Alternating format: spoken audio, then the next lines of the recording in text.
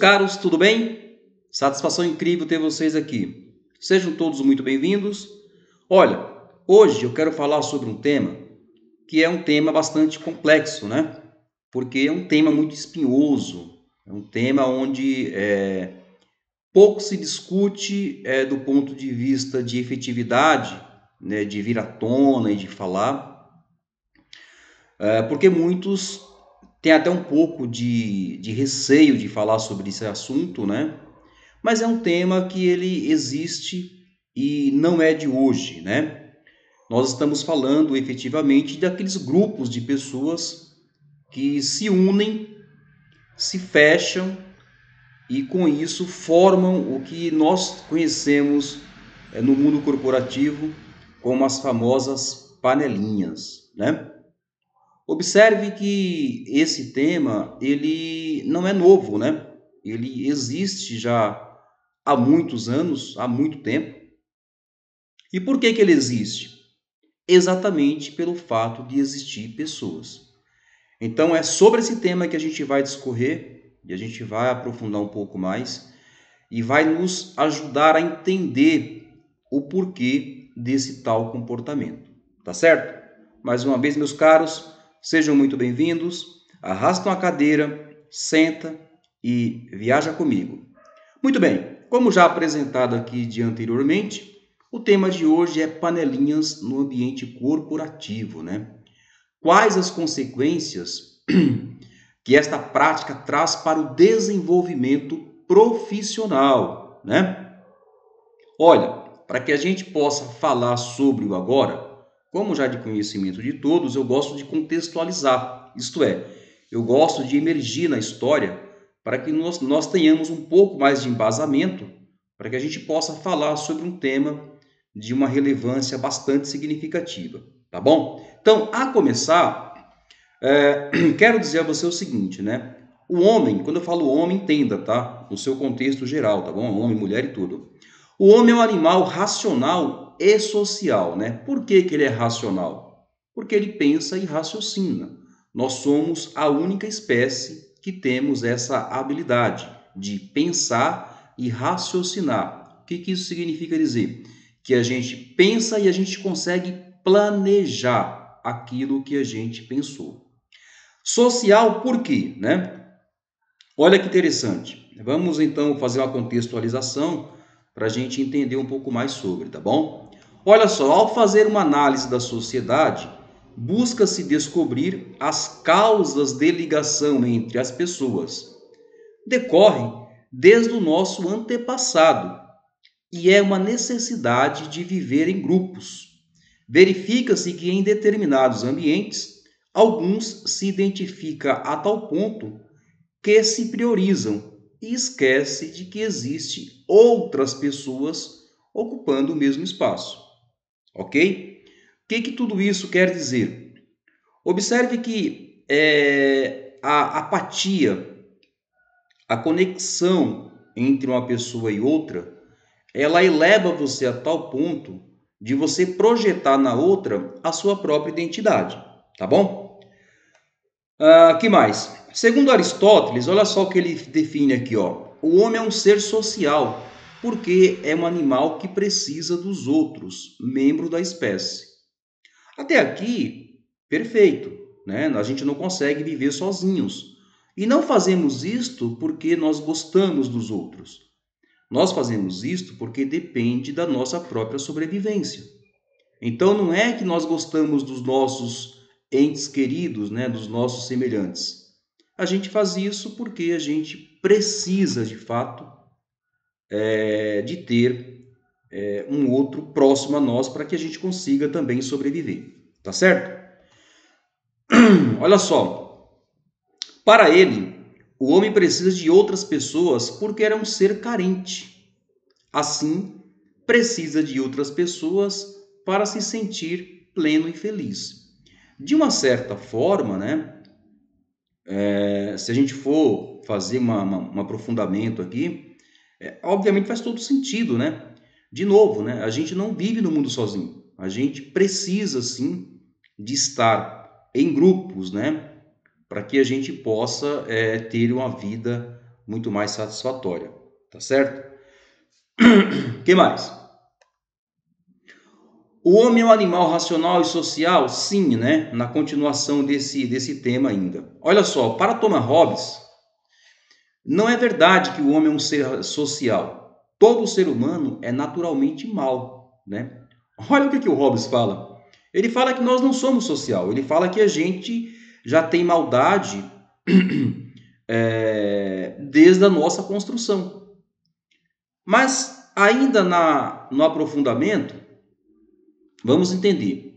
O ser humano é um ser social que vive constantemente em contato com outros seres. Cada ser tem suas restrições e limitações, que em conjunto, para conseguir um determinado objetivo, se mobilizam formando organizações. Bom, então aqui nós já falamos da questão da necessidade, né, de viver nas famosas tribos, né, de viver em grupos.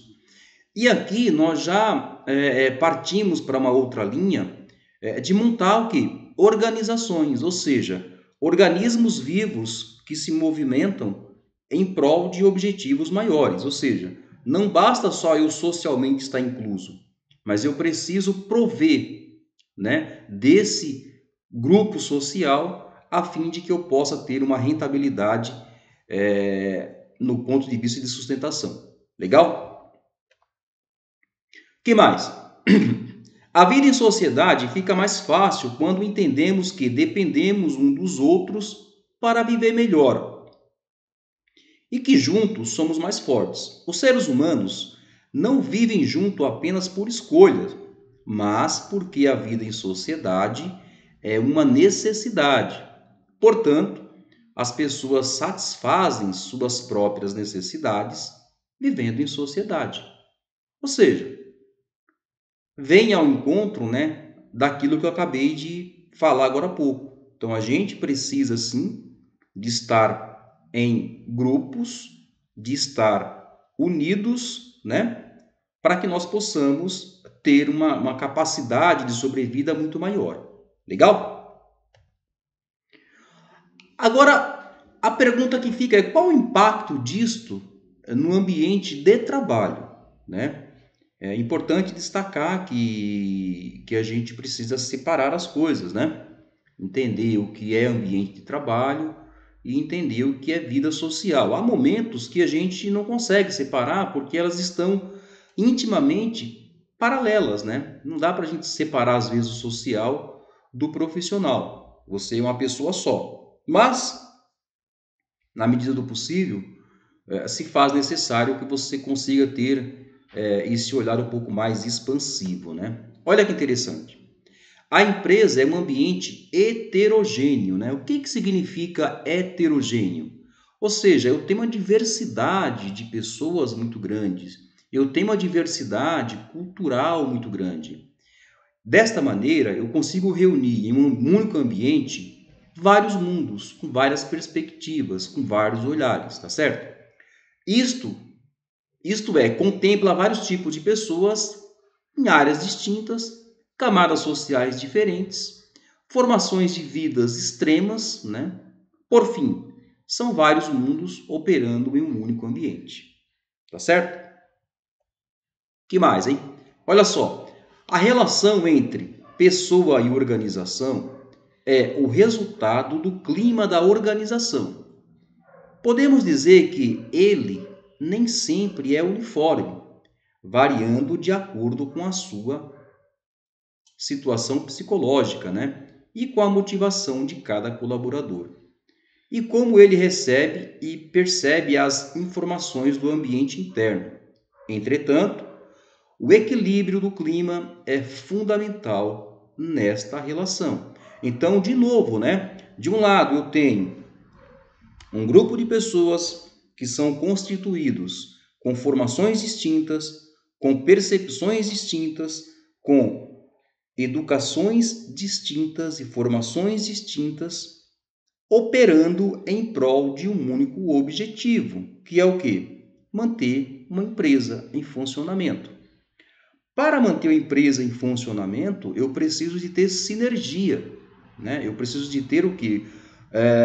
Um alinhamento entre departamentos e entre pessoas. E é exatamente aí aonde está todo o embasamento da nossa discussão, ou seja, da discussão desse tema que foi abordado.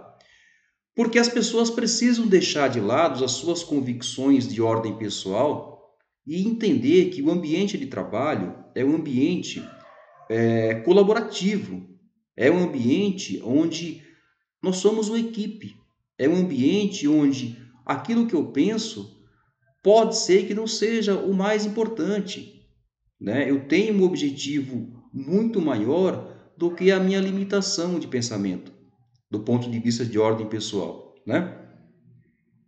Eu tenho toda uma estrutura que depende de uma função. Eu sou apenas uma única engrenagem, em meio a tantas outras que precisam estar funcionando de maneira correta para que a empresa consiga atingir os seus objetivos. Tá certo? Tudo bem? Mas afinal, né? O que vem ser a panelinha, né? Olha a definição que interessante aqui, ó. É um sentido figurado, né? Uma panelinha representa um grupo restrito de pessoas que é muito fechada e por isso não é fácil fazer parte dele. Dele o quê? Deste grupo, né? Os elementos desse grupo têm objetivos em comum, podendo ser bons ou maus. O que acontece é o seguinte: geralmente esse grupo, né, que se fecham, eles têm muitas coisas em comuns, né? Então, em linhas gerais, eles têm uma linha de pensamento muito próxima. Em linhas gerais, eles defendem as mesmas causas. Em linhas gerais, eles têm uma formação de vida muito paralela, né? Seja para o lado bom, seja para o lado ruim, né? Enfim, não vou entrar no tema, mas assim, só para que a gente possa compreender.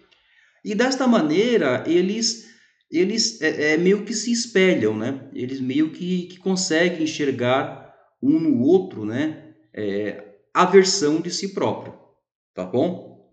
Então, em linhas gerais é isso. Mas vamos aprofundar um pouquinho mais, tá? Quando nós falamos em panelinha,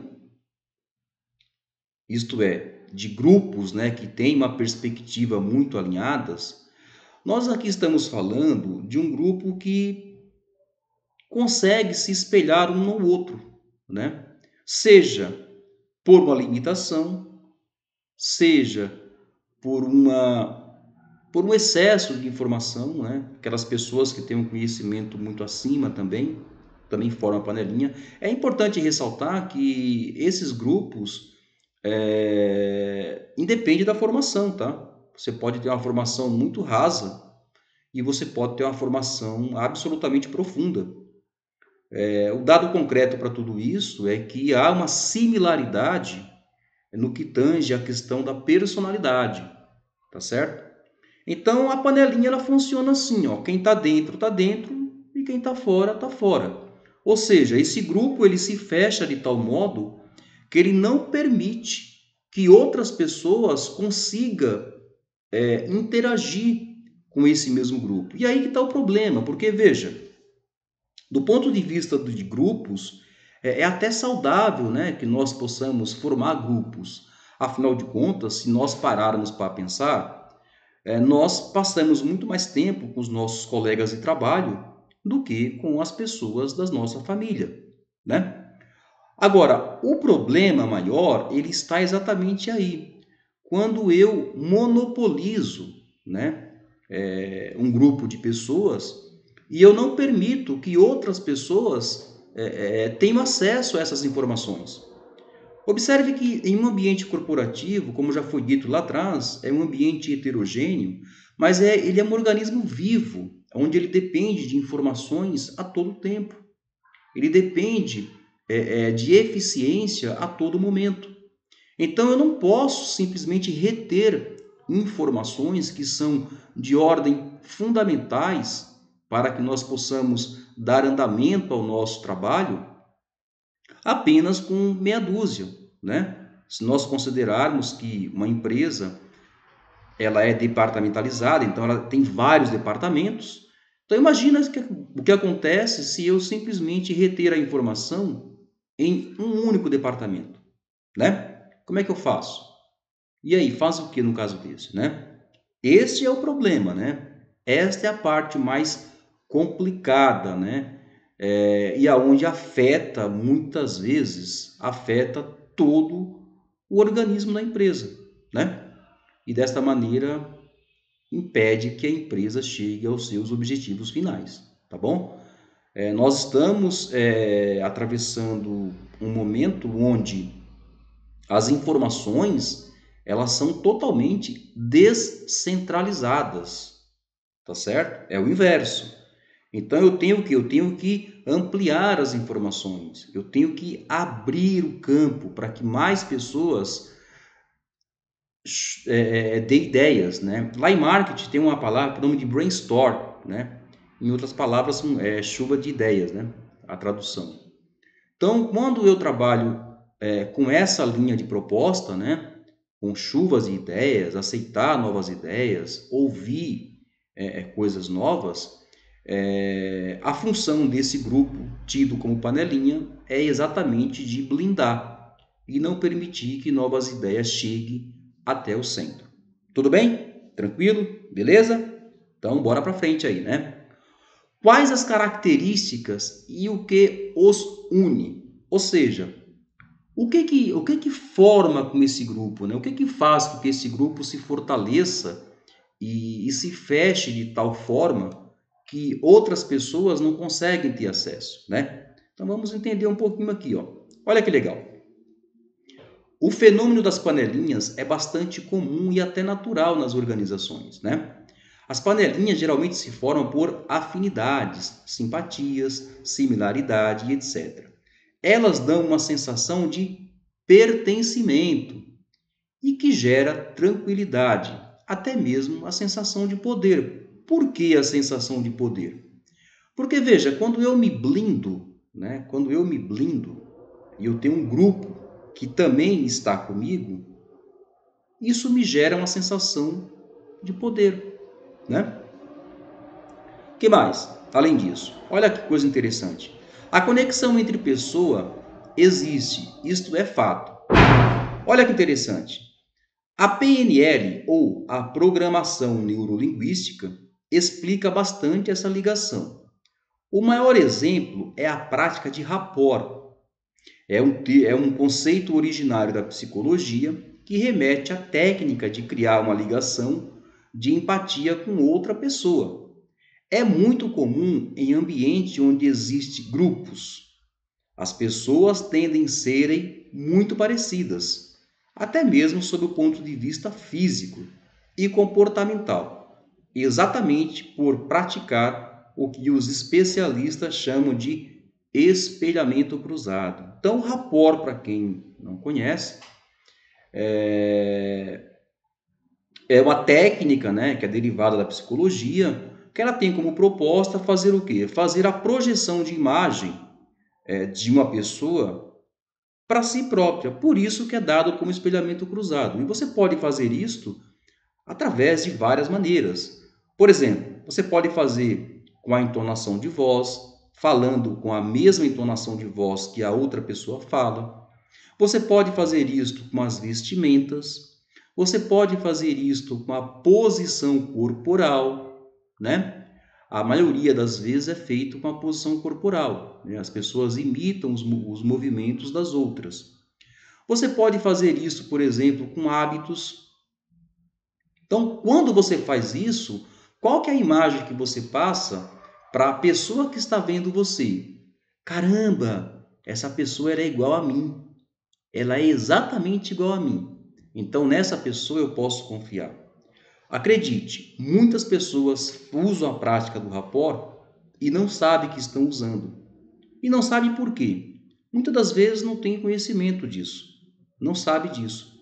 Mas o que acontece é que o ser humano ele é tão inteligente que ele desenvolve habilidades capazes de aproximar pessoas e que eles também não sabem.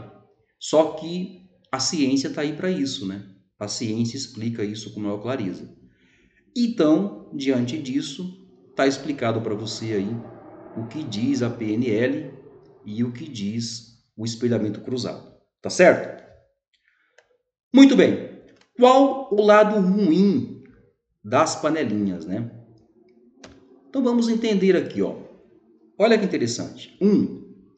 Não desenvolve a maturidade, isto é, aquela pessoa que faz parte daquele grupo, ela fecha o mundo, ela fecha o ângulo de visão porque ela não permite que o novo se aproxime. Ela fica em uma zona de conforto, onde que para ela o que ela aprendeu já está de bom tamanho. E com isso ela impede que ela mesma se desenvolva. Automaticamente, todos que fazem parte desse grupo acabam não se desenvolvendo. Essa é a parte que não é muito legal, né? 2. Atrapalha o processo. Como eu já disse, uma empresa ela é feita de departamentos, né? Ela é um organismo vivo. Então, ela necessita do compartilhamento de informação. Ela necessita do novo. Ela necessita que o processo ande. Quando eu fecho um grupo, eu estou impedindo que outras pessoas tenham acesso àquela informação. Tá certo? 3. Não desenvolve a comunicação, né? E a consequência disso é muito simples. A comunicação fica só entre o grupo, né? Ou seja, de novo, você não permite que outras pessoas de fora ampliem, sabe? Que dê a você um pouco mais de amplitude do ponto de vista de comunicação. E desta maneira você fica restrita, você se fecha e você não consegue desenvolver. Tá bom? O que mais, hein? Impede que outras pessoas se desenvolvam, né? E aí é importante destacar, quando eu falo se desenvolvam, eu estou falando das pessoas que fazem parte do mesmo grupo, né? Elas não conseguem se desenvolver porque o mundo dela passa a girar em torno daquele grupinho de pessoas. Automaticamente, a tendência de que ela se desenvolva passa a ser praticamente zero. Tudo bem? 4. A contaminação do ambiente, né? Ou seja, deixa um clima muito pesado, né? Aquele grupinho fechadinho ali, sabe? Naquela caixinha quadradinha, né? Não permite que as coisas se expandam, né? Que a informação circule, que você renove linhas de pensamento, não oferece o contraditório, sempre está tudo bem, sempre está concordando, né? No mundo, para que nós possamos ter um crescimento substantivo, a gente precisa do contraditório. Muitas das vezes, a gente não gosta disso, né? De ser contradizido, né? De que alguém nos coloque na parede de vez em quando. Mas é importante para o nosso desenvolvimento que nós, de vez em quando, possamos ouvir um não, né? E quando você ouve um não, você vai querer entender o porquê o não. E é exatamente esse movimento de entender o porquê o não que vai permitir você a se autodesenvolver, a se automotivar, a crescer e buscar uma linha de conhecimento muito mais expansiva. Tudo bem? O que mais aqui, hein? Centraliza informações, né? Acabei de falar, nós estamos vivendo em uma era onde as informações elas precisam ser disseminadas, né? Observe que aqui nós estamos na contramão, né? Nós estamos fazendo movimento antagônicos, ou seja, um movimento contrário, totalmente oposto, né? O que diz é o mundo contemporâneo, né? Então, centralizar informações nunca, né? Evidentemente que não, a gente precisa expandir as informações. E nesse caso aqui, esses grupos, essas panelas, elas infelizmente agem dessa forma, legal? No 7º aqui, ó, julgam, condenam com base em suas singularidades. Então, quando as pessoas desse grupo julgam, condenam com base em suas singularidades, o que eu quero com isso dizer é o seguinte: o mundo hoje ele é pluralizado. Pluralizado. O mundo não é singular. Não existe eu, existe nós. Então, desta maneira, a gente fecha aqui esse tema, o lado ruim, né, das panelinhas, quando a gente fala na questão da pluralização, ok? A pluralização tem a ver com diversidade, né? Tem a ver com enriquecimento, tem a ver com amplitude, tem a ver com senso de equipe, tá certo? É isso. Que mais, hein? Acabou? Enfim, a panelinha, ela ferve, só que ela ferve para dentro, porque ela não consegue expandir. Quanto mais tempo passa, mais vai se cozinhando aquelas pessoas e fica um ciclo vicioso que você não consegue ter a renovação. Então é importante abrir essa panela, deixar o vento adentrar, né? Refrigerar e trazer novos fluidos, trazer novas ideias. Tá legal? É isso. O que mais, hein? Aqui é tudo nosso, né? Não, não pode ser assim tudo nosso, né? Aqui é de todo mundo. Lembrando que uma empresa, ela não tem dono, né? Do ponto de vista social, né? Ela tem lá um proprietário, evidentemente, mas do ponto de vista social, né, de dia a dia, ela é de todo mundo.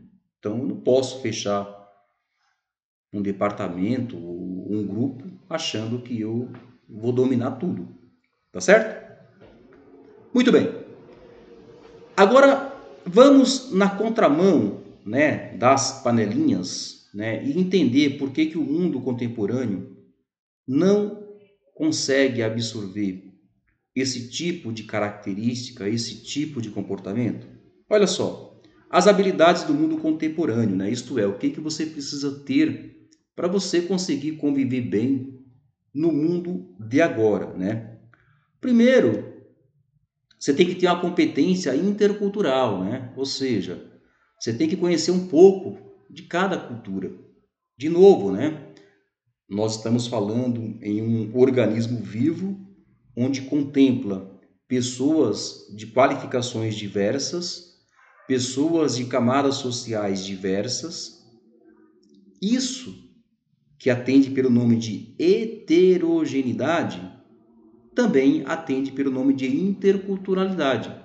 Ou seja, as competências interculturais de você se relacionar com várias camadas, com pessoas distintas, isso te dá um diferencial muito significativo para os dias de hoje, tá bom? 2, resolução de problemas complexos, né? Para eu ter essa capacidade de resolver problemas complexos, eu não posso estar mergulhado numa caixinha, né? Vamos combinar, né? O mundo ele é cíclico, né?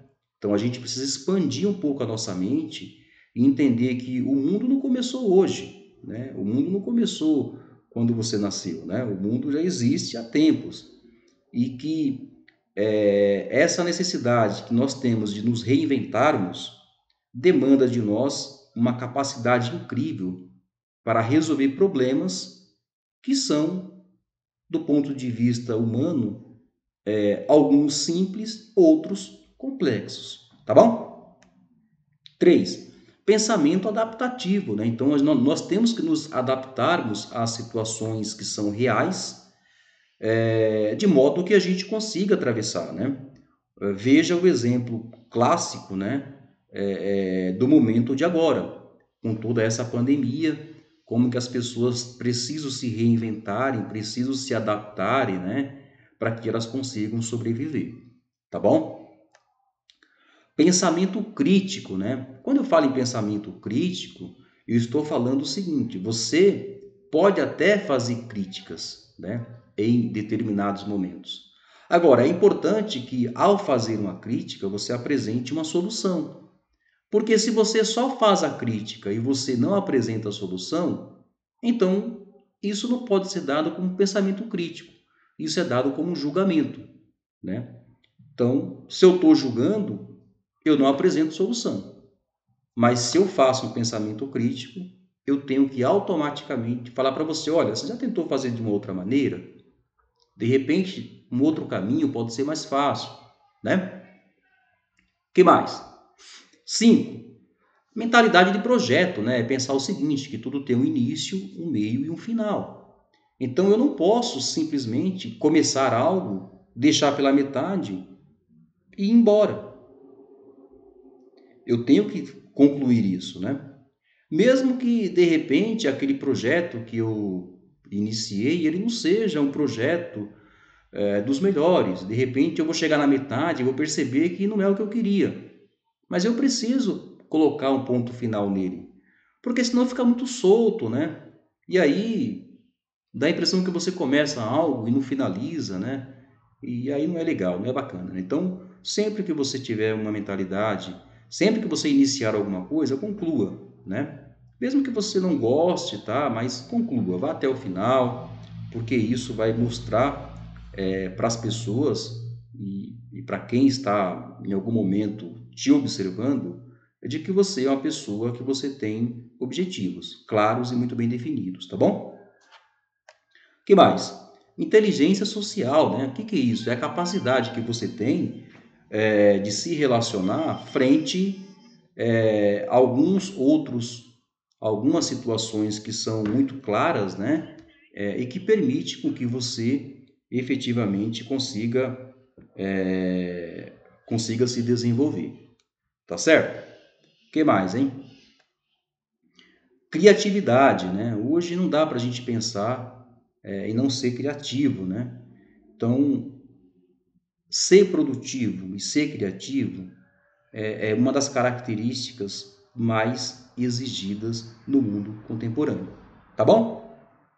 Que mais, hein? Inovador, né? Olha que legal.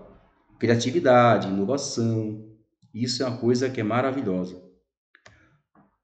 Resiliente. Resiliente é a capacidade que você tem de voltar ao seu estado de origem, de voltar ao seu estado natural. Então, por mais provocado que você seja, por mais estressado que alguém possa fazer com que você fique, mas no final você volta a você, né? O seu estado de origem natural. Tá bom? Que mais? Espírito de trabalho em equipe, né? Como já foi dito no início aqui da nossa abordagem, não dá para que nós pensamos hoje, né? Para a gente pensar hoje em uma pessoa que não trabalhe com espírito aí de trabalho em equipe, né? Afinal de contas, ninguém consegue trabalhar sozinho, ninguém consegue fazer nada sozinho, tá? Então a gente precisa sim ter esse espírito de equipe para trabalhar. E isto pressupõe de nós uma capacidade incrível de sociabilização, porque você vai conviver com pessoas que podem não ter a mesma visão que a sua, você vai conviver com pessoas que pensam diferente de você, e é isso que faz você o diferente. É exatamente isto que vai colocar você em uma linha de pensamento que vai ser absolutamente diferente. E é desta maneira que a gente consegue ampliar o nosso leque de vida, tá bom? Por fim, a pergunta que eu tenho para você você acha que no mundo contemporâneo, onde nós temos um ambiente absolutamente competitivo, tá certo? Onde nós temos que ter todas essas qualificações que acabei de listar agora do 1 ao 10. Você acha que existe espaço para uma pessoa que tem uma mente voltada para uma caixinha quadradinha, para um grupinho de meia dúzia de pessoas, onde a heterogeneidade ela é muito maior, onde a pluralização ela é muito maior, onde a capacidade de trabalho em equipe é muito maior? Não dá, né? Então é somente por esse motivo que não dá para, no mundo de hoje, você ter uma panelinha voltado somente para dentro de si, tá certo? Bom, qual o olhar que se deve ter sobre esta questão, né?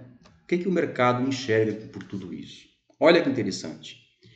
Em virtude aqui dos fatos mencionados, é imprescindível que todos se conscientizem de que o ambiente corporativo deve ser visto com muito profissionalismo, né?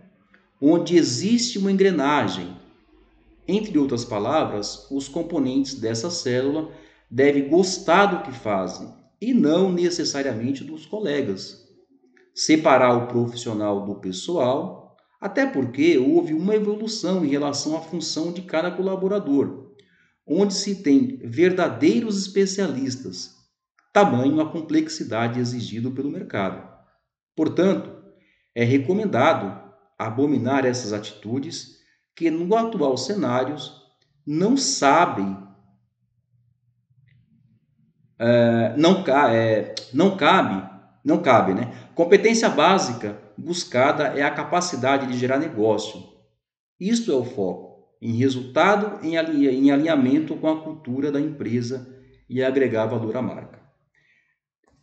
O que eu quero com isso dizer para você é, no mundo contemporâneo, onde as coisas acontecem a uma velocidade absurda, onde é cada vez mais exigido de nós as nossas competências e as nossas habilidades, onde sair na frente é consequência de todo um conhecimento, onde o diferencial competitivo passa a ser único e exclusivamente no conhecimento das pessoas.